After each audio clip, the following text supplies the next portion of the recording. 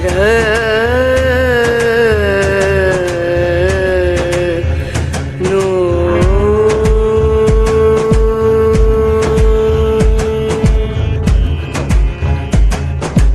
राधे, जय माता की भक्तों। आप सभी का स्वागत करती हूँ स्पिरिचुअल ज्ञान साधना में और आप सभी से अनुरोध करती हूँ कि स्पिरिचुअल ज्ञान साधना को सब्सक्राइब कर लीजिए और बेल आइकन को प्रेस कर दीजिए ताकि आपको नई नई वीडियोस का नोटिफिकेशन मिलता रहे। ओम जयंती मंगला काली भद्रकाली कपालिनी दुर्गा क्षमा शिवा धात्री स्वाहा सदा नमोस्तुते। जय माता की। कैसे हैं आप सभी लोग? आशा करते हैं सभी लोग बहुत अच्छे होंगे। माता के पावन नवरात्र चल रहे हैं।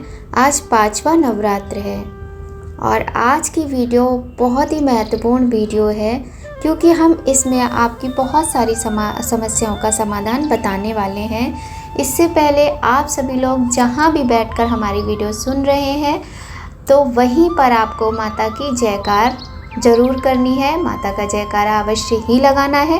तो चलिए एक बार प्रेम से बोलिए शेरा वाली मैया की जय। और हाँ, रुकिए तो वीडियो सच में महत्वपूर्ण है। पूरा सुनिए तो जब सुनेंगे तभी तो आप जान पाएंगे कि वीडियो में महत्वपूर्ण किन बातों को बताया गया है, कौन सी जानकारी दी गई है। तो देखिए, बात ये है कि समस्याएं बहुत सारी जीवन में होती हैं। हमें बहुत मन करता है कि हम माता के 9 व्रत करें, हम चौकी सजाएं, कलश स्थापना करें, माता के ज्वारे बोएं, खेचरी बीजे, हम माता की अखंड जोत जगाएं, कीर्तन करें, भजन करें, जागरण करें, सब कुछ कन्या पूजन करें, सब करने का मन करता है। लेकिन परिस्थितियों के आगे हमारी नहीं चलती और हम मजबूर हो जाते हैं। कई बार हमारे सामने ऐसी परिस्थितियाँ आ जाती हैं कि हम नवरात्रि में 9 दिनों का व्रत नहीं कर पाते हैं। अगर आप भी नवरात्रि में 9 दिनों का व्रत नहीं कर पा रहे हैं तो हम आपको कुछ ऐसी बातें बताएंगे जिससे आपको पूरे नवरात्रि व्रत का फल मिलेगा। बस वीडियो को ध्यान से सुनिएगा और ध्यान से सुनकर आप उन नियमों का पालन कीजिए। आप बिल्कुल कोई संदेह मत लाइए मन में, पूर्ण विश्वास के साथ आप कीजिए। फिर देखिए कैसे आपको मैया रानी की कृपा प्राप्त होती है। तो चैत्र के नवरात्रि चल रहे हैं, वासंतिक नवरात्र भी इन्हें कहा जाता है। और ये जो नवरात्रि हैं बहुत ही सुंदर योग में आए हैं। आज माता का 5वां नवरात्र है। आज स्कंद माता के स्वरूप की पूजा की जाती है। इस विषय में हम अपना वीडियो डाल चुके हैं, आप जाकर चैनल पर देख सकते हैं। तो आज हम आपको बताने जा रहे हैं कि आपको कुछ ऐसे उपाय जो यदि आप पूरे 9 दिन का व्रत नहीं कर पा रहे हैं, आपकी परिस्थिति ऐसी बन गई है कि नहीं कर पा रहे हैं, तो आप इस व्रत का लाभ कैसे प्राप्त करें, इस चीज़ को आज की वीडियो में हम आपको बताएंगे। कहा जाता है माँ दुर्गा की उपासना करने से सभी परेशानियाँ दूर हो जाती हैं, सुख संपदा की प्राप्ति होती है, घर में समृद्धि आती है। तो चलिए, बहुत सारी जानकारी हो गई, बातें हो गई। अब हम उन उपायों की बात करते हैं। अब हम बताते हैं आपको उपाय। तो सबसे पहला जो उपाय होता है, देखिए होता है ना, हम लोग मानसिक पूजा की बात करते हैं। जैसे जो हमारी बहनें हैं उनको पीरियड्स आ जाते हैं तो वो भगवान को स्पर्श करके पूजा नहीं कर सकती हैं ना।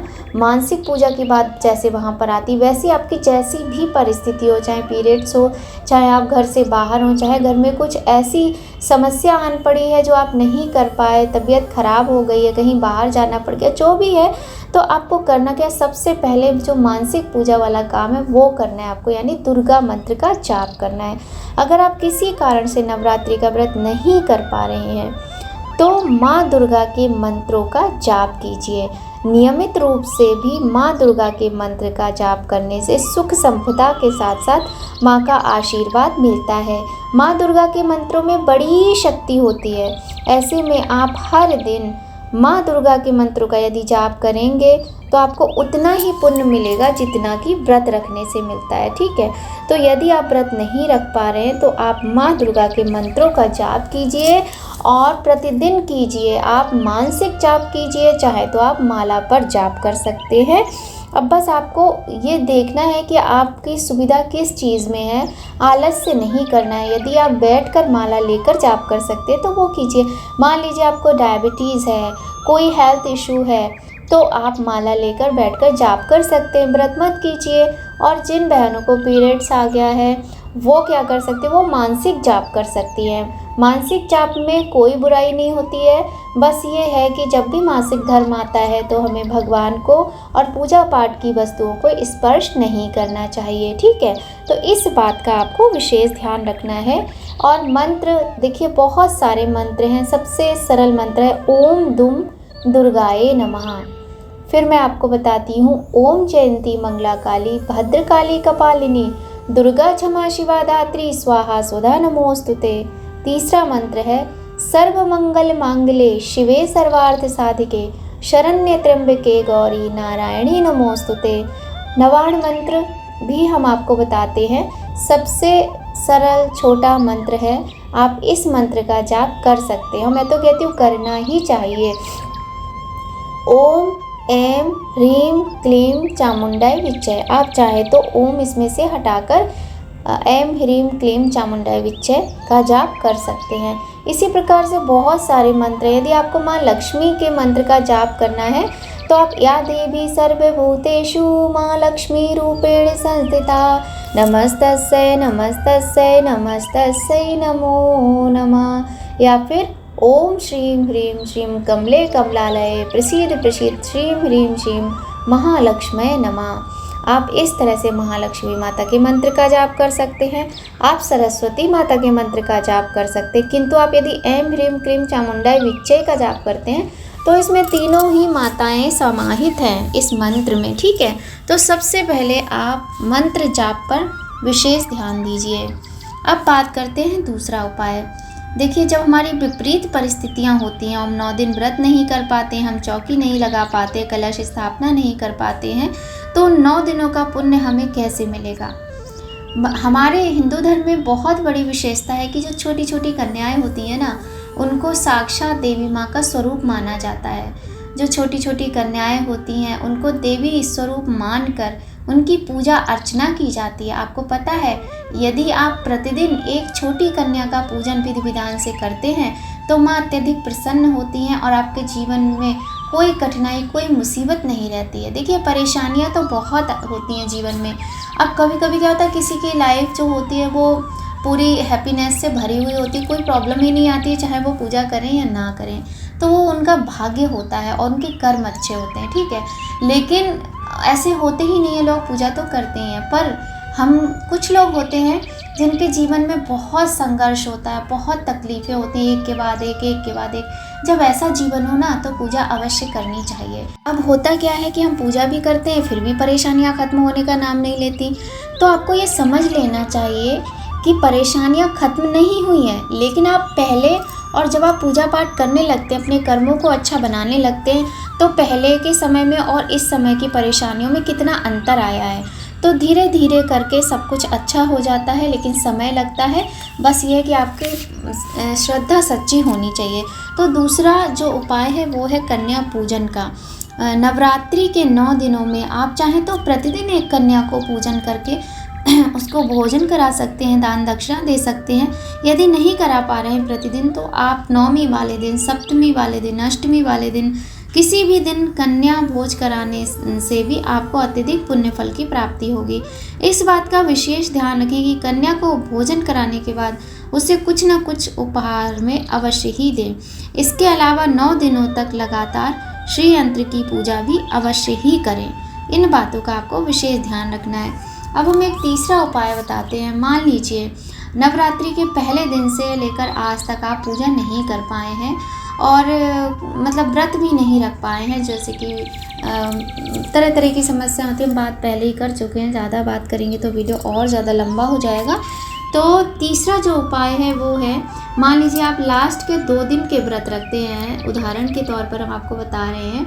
अगर आपने पूरे नहीं रखे हैं ना, तो आप सप्तमी और अष्टमी का व्रत करके 9वीं को भी कन्या जिमा सकते हैं, कन्या पूजन कर सकते हैं। और आपको करना क्या है कि आप चाहें तो नवरात्रि के पूरे 9 दिन अखंड दीप प्रज्वलित कीजिए।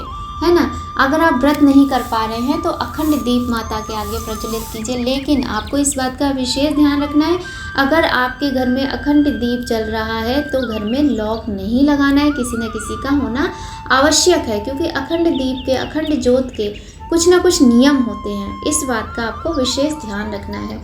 और जो अखंड ज्योत होती है ना, ये माँ का स्वरूप ही मानी जाती हैं।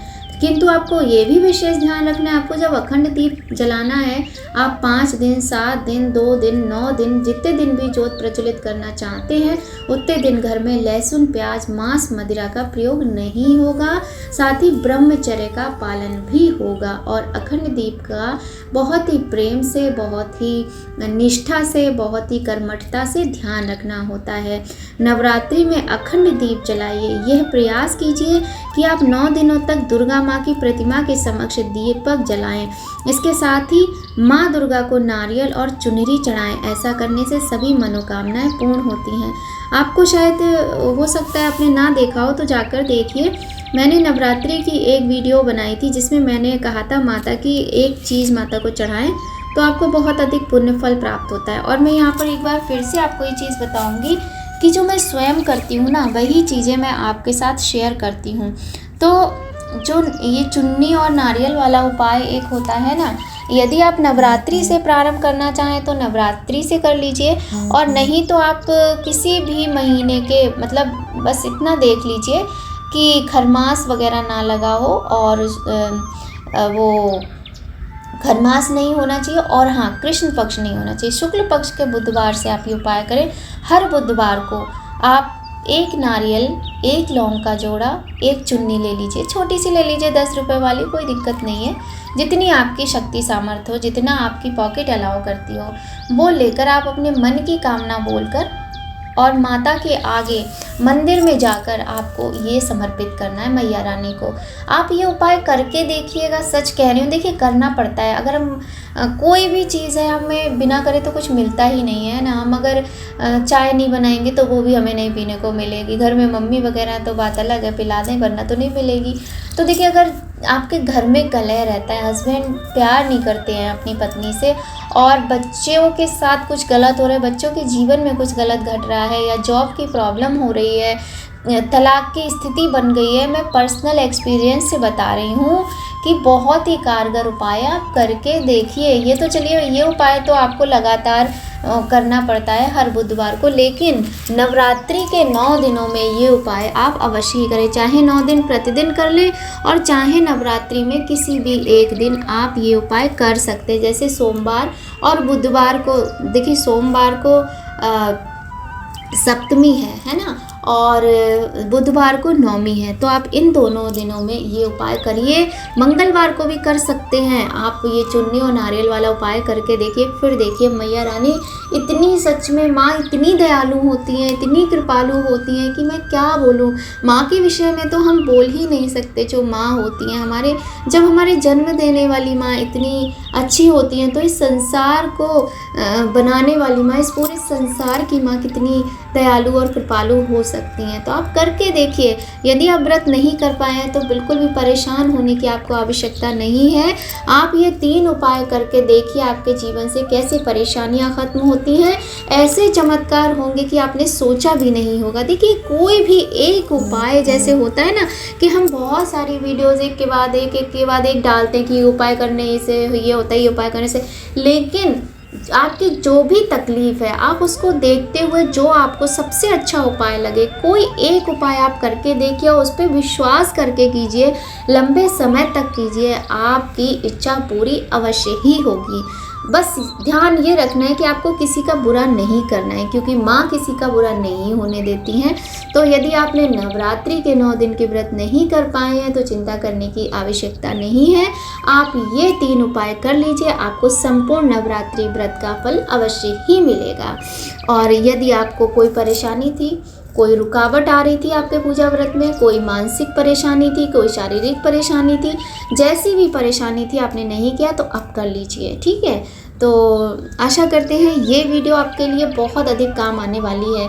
अगर आपको हमारी ये वीडियो थोड़ी भी हेल्पफुल लगे तो वीडियो को लाइक अवश्य कीजिएगा, कमेंट पे जय माता की लिखिएगा, और ऐसी ही वीडियो के साथ फिर आपसे जल्द मिलेंगे। तब तक मैया रानी की कृपा आप सभी पर सदा ही बनी रहे। मिलते हैं आपसे नेक्स्ट बहुत सुंदर वीडियो में। जय माता की। प्रेम से बोलिए, जोर से बोलिए, सच्चे दरबार की जय। माँ शेरा वाली की जय। राधे राधे।